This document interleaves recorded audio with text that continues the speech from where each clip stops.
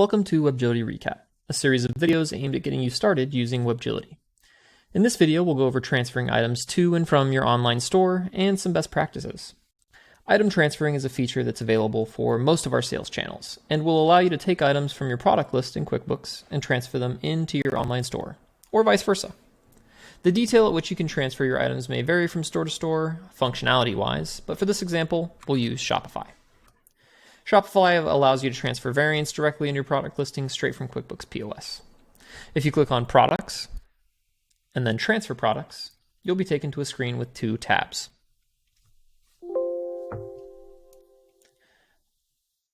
The first tab is going to be Transfer to QuickBooks POS and will be used to transfer items from your Shopify to your QuickBooks. This is especially useful if you've been using and managing Shopify but are new to QuickBooks. The second tab, being Transfer to the online store, is the opposite. This is where you'll take items from your item list in QuickBooks and transfer them directly into your online store to be sold.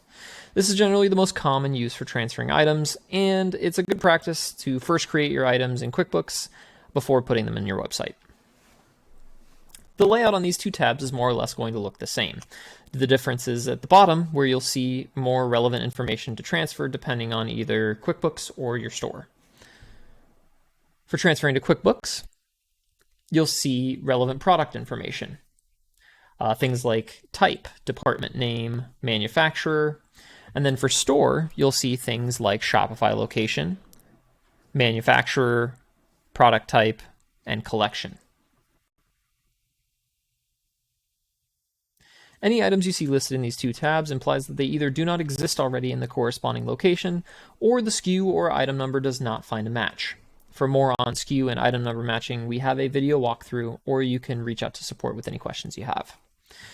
You can see the columns at the top give you some relevant product information like attribute, size, quantity, price, and name. You can also see a status column here on the right. This status column has everything set to missing, but it just means that the process for transferring has not yet been started for those items.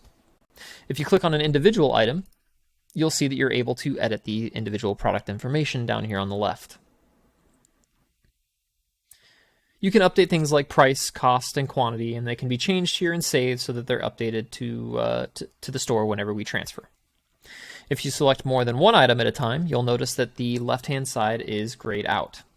You'll still be able to edit the bulk options like location and manufacturer and collection, but make sure you update what you need to in QuickBooks before starting this process, as it'll save you a lot of time. When you're ready to make the transfer, go ahead and highlight the items that you want to transfer and hit Save.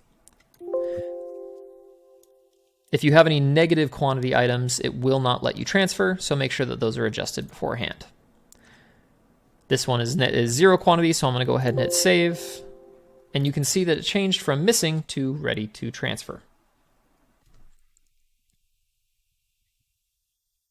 The final step is making sure that all the items you want to transfer are in this ready to transfer state. So you can individually click on each of these checkboxes, update the information, and then hit Save.